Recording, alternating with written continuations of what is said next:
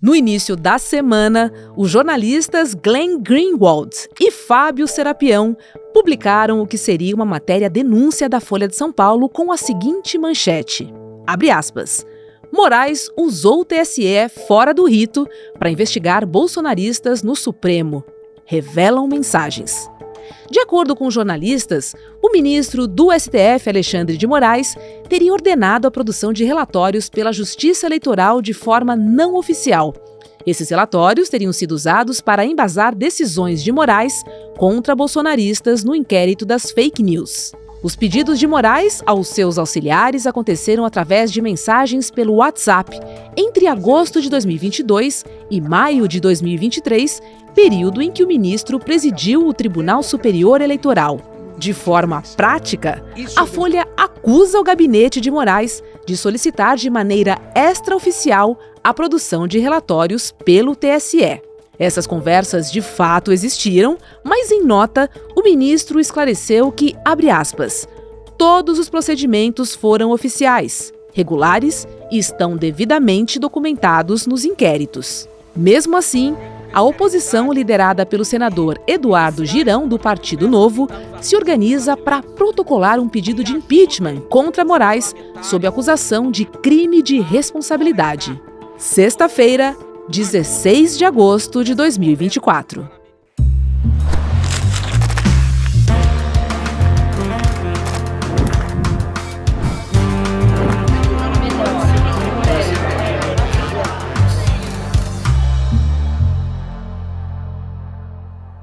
Olá, seja muito bem-vindo, seja muito bem-vinda. Eu sou Roberta Garcia e este é o videocast Em Detalhes. Aqui sempre com um convidado nós vamos mergulhar e analisar uma temática do nosso dia a dia. Hoje eu converso com o advogado Valber Agra sobre a reportagem do jornal Folha de São Paulo, que diz que o gabinete do ministro Alexandre de Moraes teria agido fora do rito em inquérito contra bolsonaristas. Oi, doutor Valber, é um prazer, vou chamá-lo de professor. Olha, tudo que sabemos até aqui, né? Eu quero saber como é que você interpreta as alegações do jornal Folha de São Paulo de que o gabinete, né, do ministro Alexandre de Moraes teria agido fora do rito no inquérito das fake news. Olha, eu poderia dizer que se configura de muito vento para pouco moinho. O que é que eu quero dizer com isso? É que as alegações elas são destituídas de base fática. Porque, veja, qual é a principal acusação? Há uma ilicitude, eles não afirmam. Aí diz, não, olha, quebrou-se o rito. O que é o rito? É o devido processo legal, due process of law. O que é esse devido processo legal? É a sequência de atos. É o caminhar do processo para cumprir objetivos que tem que seguir a lei. Então, o que é que se diz? Que ele não oficiou ao TSE para pedir essas provas. Ele não oficiou ao TSE para pedir essas provas. Mas veja, havia amparo legal para se pedir isso? Havia. O que é que havia? Havia um acordo de cooperação entre o TSE e o STF. O que é que estava se investigando? Um fato objetivo. Ao inquérito da fake news, ou seja, fake news contra o regime democrático, contra a legitimidade e normalidade das eleições. Alguém foi investigado que não tivesse um inhame, um nexo com esse fato? Não. Alguém foi investigado nas suas vidas privadas? Não. Estou falando dos fatos até agora. Estou falando até o dia 15 de agosto de 2024. Então, o simples fato de se exigir que ele notificasse ele, relator do processo processo das fake news, notificasse ao presidente do TSE, que era ele, então para que notificar? E todo esse material ele foi tornado público no processo, ou seja, foi acompanhado de fiscalização de quem? Do Procurador-Geral da República e também da defesa daquelas pessoas. O processo houve a circulariedade da defesa e da acusação. Aí você pode dizer, mas não, olhe, ele não tinha esse poder. Tinha sim, não é só o poder de polícia. Ele também tinha o poder instrutório. O poder instrutório em questões públicas, de buscar a prova. Ele investigou, volta a dizer, fatores estranhos? Não. Então, como houve toda esse amparo legal ainda prevalecendo, que essas provas postas pelo TSE para defender o regime democrático, a sua função maior, poderiam também serem emprestadas, teoria das provas emprestadas, nós não vemos nenhum tipo de ter Alexandre de Moraes, o ministro Alexandre de Moraes, imiscuído em qualquer tipo de conduta. Nem mesmo prevaricação. Prevaricação, se houvesse, quem deveria ter dado ensejo foi, à época, o Ministério Público da República, que não cumpriu sua função, ou o Ministério da Justiça, ou a Polícia Federal. Pois é, e o ministro Alexandre de Moraes disse, né, que seria esquizofrênico, né, como presidente do TSE se auto-oficiar. E aí eu te pergunto, há situações em que é permitido ao ministro do STF agir fora do rito normal dos processos ou em nenhum caso? Olha, sua pergunta é muito complexa. Se esse rito não for essencial, se esse rito não causar dano, se esse rito depois for convalidado, então vamos lá nesse caso específico. Era um rito essencial? Não. Causou dano? Não. Se não causou dano, eu não posso falar de anulação. E outra, o Ministério Público, o Procurador-Geral da República teve acesso aos autos. A defesa teve acesso aos autos. Se houve uma anomalia, essa anomalia foi convalidada. Mas veja, em nenhum momento foi arguído. Gerou algum dano para a defesa? Não. Mas vamos comparar com a Vaza Jato. Mas havia uma tentativa de circularidade com o Ministério Público? Não. Havia uma tentativa de armação para criar-se um crime e depois tentar forjar condutas? Não. Tanto é que o 8 de janeiro, a tentativa de golpe foi efetivada. Não era algo pueril, não era algo bizantino. Era algo que realmente foi efetivado e concretizado e de forma sistêmica, o que é pior. Ao olhar de todos, houve um despudor claro. Despudor de quê? Eu estou tentando subverter a ordem democrática, eu estou tentando implantar um regime ditatorial e quem é culpado são as instituições e aquele que tem que proteger as instituições. Veja que coisa abissal, veja que coisa surrealista que nós nos encontramos, Roberto. E professor, muita gente tem comentado que o mais assertivo seria solicitar essas informações e essa investigação à Polícia Federal. A gente lembra que na época, né, o Ministério da Justiça era comandado por Anderson Torres. Seria este mesmo o melhor caminho? Mas sabendo que, na época, a Polícia Federal pouco poderia colaborar com a investigação das fake news? Ou o caminho certo é realmente o TSE, hein? O princípio básico da administração pública é o princípio da eficiência. Havia um processo que investigava as fake news. O TSE abriu uma sessão específica para investigar as fake news. Então não fazia sentido você demandar mais trabalho, porque havia um órgão com expertise nisso.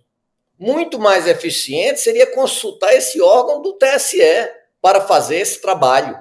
Então não teria sentido a Polícia Federal e outro mais, a Polícia Federal estava, por vontade do comando à época, desestruturada. Foi indicado apenas um agente para tratar, para cuidar desse caso, ou seja, o delegado tinha apenas um agente. Como é que haveria o princípio da celeridade e o princípio da eficiência? E outra coisa, essas informações não eram dados sensíveis.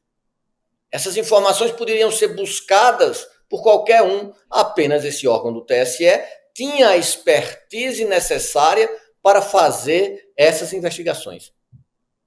Professor, claramente, salvar Jair Bolsonaro e o bolsonarismo seria, então, o que está por trás dessa ofensiva ao ministro Alexandre de Moraes? Será que é isso que está por trás de tudo isso?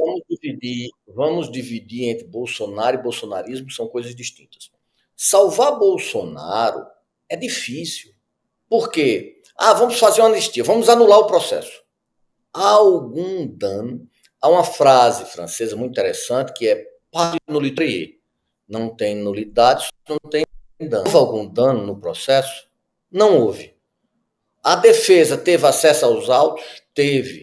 Houve preparação de provas? Não. Não vou nem falar de onde veio essas provas, porque isso daí, essa prova é ilícita. Mas eu até considero que, diante do interesse público, a ilicitude das provas deve ser flexibilizada.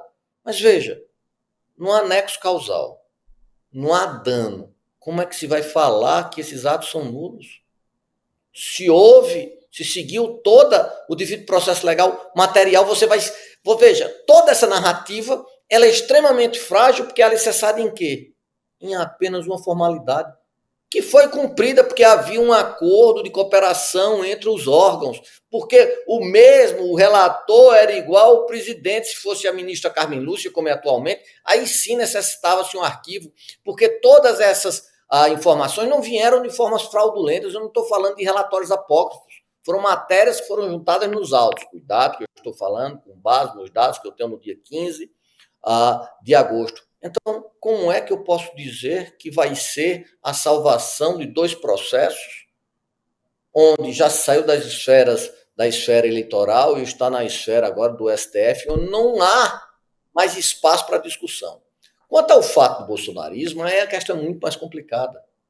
Porque nós que fazemos parte das forças progressistas, quanto a esse obscurantismo, quanto a essa tentativa de colocar a população em cercadinhos de ser gado, nós temos que mudar a questão da nossa temática. A gente não precisa ficar nessa defensiva. Por exemplo, a questão não é, vai ter um impeachment. Não vai ter impeachment, todo mundo sabe disso. Não há condições materiais e formais para o impeachment. Mas a questão é o quê? Desmerecer, menoscabar. E o que é grave? Você faz com que alguém que seguiu a lei da República, que instituições que evitaram um golpe de Estado, sejam agora incriminadas. Ou seja, eu tenho que tratar o dia a dia das pessoas. Por exemplo, por que se fechou uma fábrica de ureia em 2020? Porque antes nós fazíamos o preço da gasolina, um preço de equiparação internacional, deixando as fábricas nossas ociosas? Por que se vendeu uma refinaria onde na Bahia se vendia ao diesel mais alto? Agora, nós precisamos chamar a população para o debate. Mas se nós cairmos no conto de ficar, você cheira, você não cheira, veja que questão esdrúxula essa. Então, se nós cairmos nisso, acho que o bolsonarismo, infelizmente, com o que representa de desvio, de aviltamento de um discurso liberal, de um discurso sério liberal, de um discurso de uma direita que possa até pensar o país, porque isso que está aí não é uma direita que pensa o país, é uma direita neocolonialista, nós não teremos grandes salvações. Professor, e a oposição já se assanha, né? O senador Eduardo Girão, ele defendeu um pedido de impeachment do ministro Alexandre de Moraes. Esse seria o primeiro aí da história do Brasil. Agora, a gente entende todo esse jogo da oposição e faz parte do trabalho dela. Agora, o que acontece é que a gente tem que ter clareza sobre os fatos para não cair, né, nessa avalanche que eles tentam colocar a gente. A oposição é algo salutar, basilar do regime democrático. Eu não abro mão, inclusive, algumas vezes, de defender pessoas que são acharcadas, como, por exemplo, a questão do cancelamento, pessoas que são acharcadas pela esquerda, ou por pessoas que se denominam de esquerda. Quebrou o parâmetro democrático, aqueles que defendem a democracia, seja de A ou de B, deve, obviamente, estar lá com seu escudo na defesa das nossas prerrogativas, do humanismo do nosso Estado democrático. Agora, você compactuar com tentativas destituídas de qualquer questão, hoje um senador disse, não, eu não vou cumprir a ordem judicial porque quem tem que dizer que eu cumpro ou não é o Senado. Mas veja, nem a Constituição Polaca de 1937 foi tão... teve tanto a petulância de dizer que não ia cumprir. para que não cumprisse uma decisão judicial, precisaria, então, de uma maioria qualificada. Hoje não, a decisão da mesa vai fazer isso. Então, a questão é muito mais profunda. Quando a sociedade fica silente, quando alguém diz que 50 bilhões numa sociedade que não tem recurso para investimento deve ser gastos de forma episódica por 513 deputados, 81 senadores, e essa sociedade fica silente, essa sociedade, me desculpa, ela está doente. O que o senhor achou do posicionamento dos outros ministros do STF? O ministro Flávio Dino disse que o ministro Alexandre de Moraes estava sendo incriminado por cumprir o seu papel, cumprir o seu dever, né? Isso é uma coisa inimaginável. Como é que alguém, no século XXI, pode ser incriminado por cumprir o seu dever legal? E o que mais me chama a atenção é que as tentativas de colocar uma tipificação, elas são malogradas. Ninguém ainda disse, não, ele errou. O rito. Qual foi o artigo do Código Penal que ele infringiu? Não, prevaricação. Prevaricação eu não cumpri, ele cumpriu. A reação dos ministros do STF foi muito firme na defesa do ministro. A postura da sociedade civil organizada também deve ser firme, e nós devemos o quê? Nós devemos suplantar esse discurso e para questões mais pontuais. Por que essas pessoas ainda tentam não cumprir com as normas? Veja, porque assim, isso me chama a atenção. Apesar de uma taxa Selic de 10,5%, nós vamos ter um crescimento aí em torno de 2,5%. Nós temos as garantias tudo sem sopesar, nós não temos nenhum genocídio de 700 mil pessoas, nós não temos mais obscurantismo, nós não temos mais acharques à situação. Como é que a população ainda fala, e alguns dizem que ainda tem saudade? Saudade de quê? Será que a sociedade brasileira se tornou masoquista? Será que, fazendo jus às palavras do ministro Alexandre, a sociedade brasileira, ou parte significativa da sociedade brasileira, está precisando de divã? São reflexões que nós temos que fazer, porque nós não podemos cair nessa resposta em pautar e sermos pautados por esse discurso. Eu acho que isso é bem mais relevante para a gente. Doutor Agra, eu sei que o acúmulo de cargos é uma determinação da Constituição desde a década de 30, né? Mas eu queria saber qual é a sua opinião, sobre um ministro da Corte também ser o presidente do Tribunal Superior Eleitoral. Não seria um superpoder? Veja, não considero, porque a justiça eleitoral é uma justiça especializada. Engana-se quem acha que só trabalha de eleição em eleição, trabalha-se os 4 anos, tem um setor, funcionários que trabalham, são concursados, é o que garante, é o alicerce, é o sangue, é o pulmão, é o coração, é o cérebro todo da justiça eleitoral. E os juízes de primeiro grau são emprestados da justiça estadual, os juízes de segundo grau são emprestados da Justiça Estadual e da Justiça Federal, e os juízes do TSE são emprestados do STF e do STJ.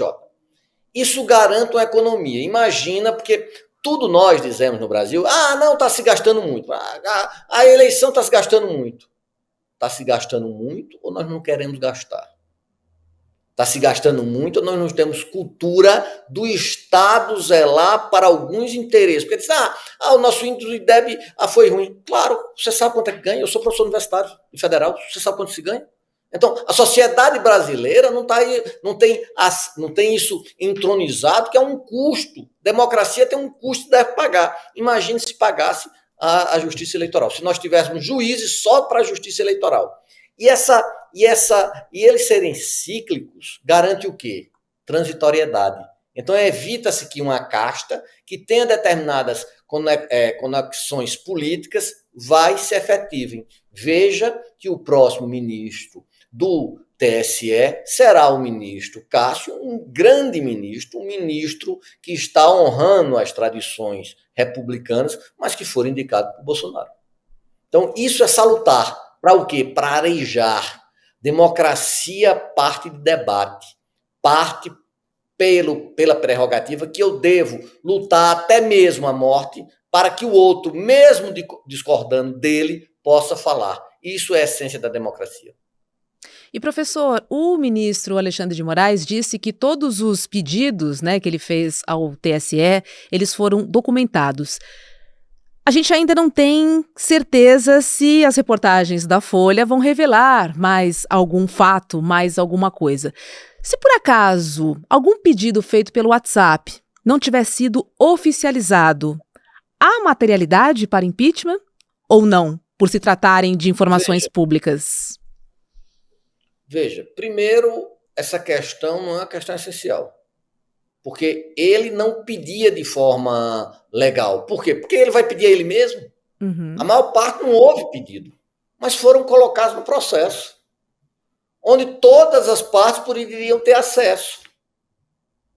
Ah, mas ele combinou para ver o que é que fulano de tal fazia. Sim, eu vou checar as provas e vou colocar as provas no processo que sejam pertinentes com o desiderato do processo.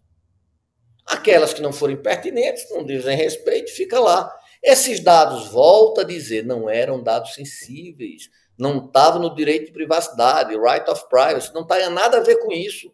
Era coisa que algum hacker podia manusear, um cidadão da famosa geração Z, da geração da infosfera, também poderia manusear. Então, para que essa discussão toda em torno de questões que não são questões significantes? A questão significante é o quê?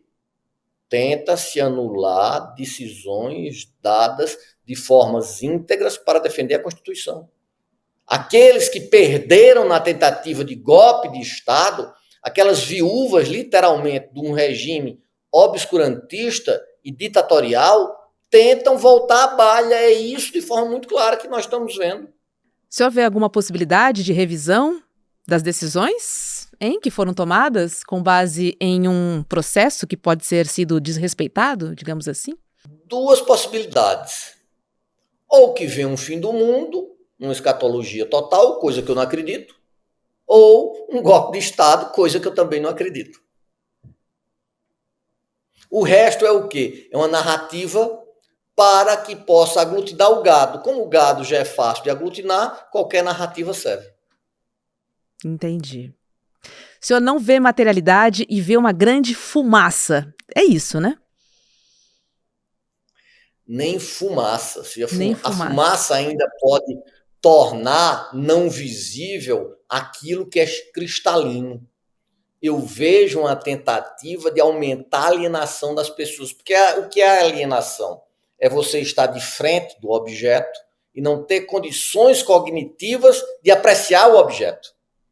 Nós temos que fazer com que a população possa melhorar essa sua percepção e possa ver as coisas como são. Imagina você, hoje que acordei cedo, ver o sol, o céu de Brasília, aquele azul lindo, e ter a percepção do teor ilimitado da liberdade com a responsabilidade da República. Eu acho que essa seria a conotação mais clara para todos nós.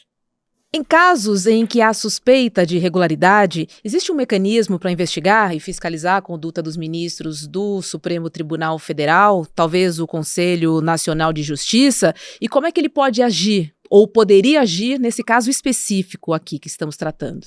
Olha, no caso dos ministros do STF, você tem o processo do impeachment, desde que haja motivos fáticos, relembro sempre isso. Você tem a possibilidade do Ministério Público entrar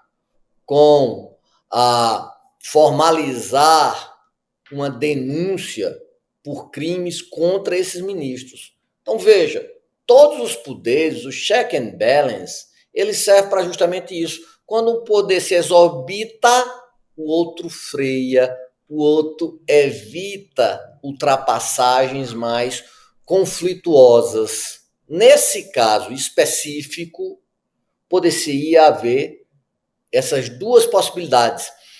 O CNJ teria alguma função nisso por crimes funcionais? Me desculpe, por irregularidades funcionais, sim. Por crimes, não, porque a prerrogativa é do Procurador-Geral da República. Tá certo, professor e doutor Valber Agra. Foi um prazer conversar com você. Como sempre, você muito inteligente. Eu acho que você está mais leve por causa da praia, tá certo? Você passou aí, aproveitou muito aqui. E para mim é um Verdade. prazer. Um abraço para todos. Acho que o Vitor, que foi que atendeu, que estava aí. Para O todos Vitor, o vocês. Um Igor, a beijo turma grande, toda do ICL. Igor, todo mundo. E eu já fui aí visitá-los. Viu? Um beijo bem Beijo, muito grande. obrigada. Até a próxima. Até mais. Olha, e depois do enorme sucesso do primeiro documentário internacional do ICL, Vai pra Cuba, Eduardo, vem aí mais um destaque das nossas plataformas. O documentário O Humanismo de Frei Beto. Olha que legal. Um dos principais nomes da luta pelos direitos humanos no Brasil e no mundo, Frei Beto é o tema deste curta-metragem exclusivo que oferece um olhar profundo sobre a vida, as realizações e também o impacto que ele continua a ter em tempos de luta e transformação social. E a gente convida toda a nossa comunidade para esse lançamento emocionante e também gratuito. O Humanismo de Frei Beto é no dia 18 de agosto, é um domingo, às 8 horas da noite. E depois da exibição do documentário, tem entrevista do nosso Chico Pinheiro, nosso CP, com o diretor Roberto Mader. Inscreva-se para garantir a sua vaga. icl.com.br/cinema. É isso. E o videocast em detalhes fica por aqui. Para você que nos acompanha pelo YouTube, vem aí ICL Mercado e Investimentos com Débora Maganha e André Campedelli. Logo mais, às 6 horas da noite, tem ICL Notícias, segunda edição. A gente se vê. Tchau, tchau. Salve, comunidade ICL! Você está convidado para assistir conosco neste domingo às 8 da noite, de graça aqui no ICL. É só clicar no Saiba Mais, o filme Humanismo de Frei Beto. Filme de Roberto Mader, que conta um pouco desse brasileiro excepcional, autor de 75 livros, teólogo, filósofo e formador de consciência política no país. Frei Beto, ou Carlos Alberto Libânio Cristo. Domingo, 8 da noite, temos um encontro aqui no ICL. Até já!